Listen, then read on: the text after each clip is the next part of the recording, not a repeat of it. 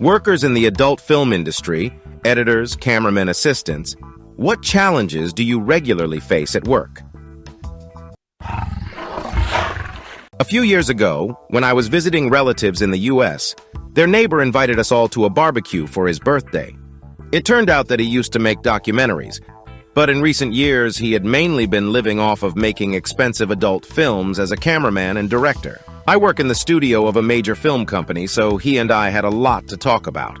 Sitting in the courtyard of his house, we discussed many different topics, after which we inevitably moved on to the topic of his current profession. Conversation about this was inevitable. I asked him if strawberries turned him on now that he was filming them himself. He confidently replied, "No shit, no." "Why not?" "Because of the smells," he replied. It turns out that when you shoot an adult film in a small room, the smell is exactly what it should be. Sweat, saliva, urine, secretions, lots of other stuff, all mixed with the fruity scent of lube. He described it as being in a construction site bathroom with strawberry ice cream in hand. He said that he couldn't watch any more sex because he was always immediately reminded of the smells, and it immediately discouraged him. Just one actress can create a lot of problems for the director and the entire crew. For example, she might show up late to the set or without a doctor's note, unkempt under the influence of drugs. She might demand a replacement partner. She might have a panic attack right in the middle of a scene. She might throw a tantrum. Most of our actresses grew up in unfavorable conditions. Many of them are mentally unstable. On social networks, they maintain an image of playful and excitable women. But in real life, they are completely different. Sometimes it is even sad to see a studio run by an unkempt-looking middle-aged man exploiting a young girl. Many leave the job after a year, regretting having taken it in the first place. Those who manage to survive end up working behind the scenes on the film crew. Talent agencies also create problems. Sometimes small agencies with shitty reputations scam both the studio and the actresses for money.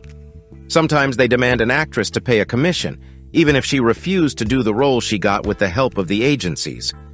Sometimes they tell us that the actress will come on the day of shooting, but at the last minute they change their mind. These kinds of problems arise quite often. It's especially hard when you're the one who has to solve them. I worked as a makeup artist on adult film sets for a while. The hardest part was making sure the false eyelashes didn't peel off during the filming process. I work as an operator. I often work with new actresses, and I have to put up with the occasional stress-induced fart, a circumstance that few people mention. That's right. There are times when you're shooting a scene and suddenly your nose is gassed. The worst thing is when an actress farts, then runs straight to the bathroom and shits so badly that the stench fills the entire studio or hotel room where the shoot is taking place. That's what you have to deal with in a job like this. I worked at a publishing house that published books for adults. One day we were working on a book that described 101 poses for intimacy. The publisher wanted exactly 101 poses. The marketing people said it was the perfect number, so we hired models for 101 pictures. Good Lord, how exhausted we, and especially the models, were during the shoot. There really aren't that many normal ways to position bodies during intimacy. I used to work in law enforcement. I quit the police force because I disagreed with the decisions and actions of management. Now I work under contract with adult film sites. I check videos uploaded to the site for videos with children, hidden videos and photos, violent scenes, etc. If I find videos with children, I notify the appropriate authorities and provide them with information about which account the video was uploaded from. Sometimes I hate my job, but at least it does some good. The pay here is better than in the police. The job is much safer. I hope to stay in this field longer because, frankly, strawberries will always be in demand. My predecessor, by the way, turned out to be a juvenile amateur. He got arrested, his crew lost their contracts.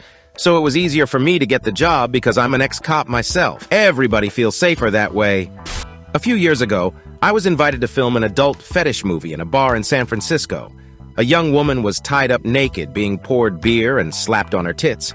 I talked to her a little bit after the shoot, and she said the hardest thing about her job is that people don't realize she likes it.